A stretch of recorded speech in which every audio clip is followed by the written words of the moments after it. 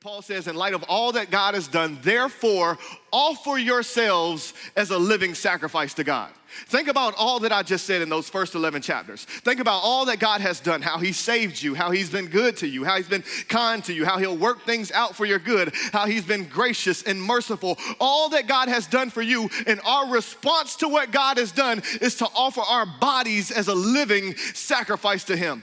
To not live conformed to this world, but to live transformed lives where we look like and behave like and do the things that Jesus has done to transform the world around us. Listen, you don't have to look around for long to see that the world needs transformation, that the world needs some change, that there are some difficulties that are happening in the world. And the way that the world is transformed is by transformed people influencing society.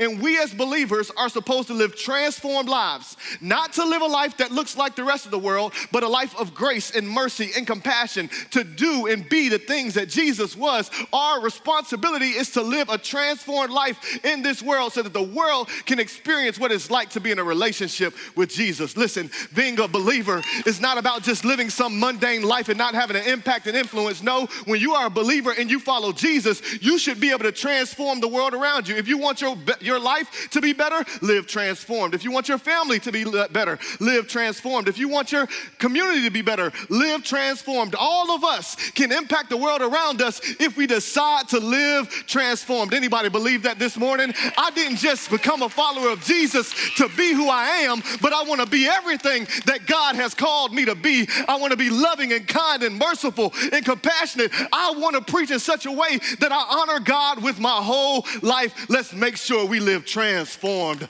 lives.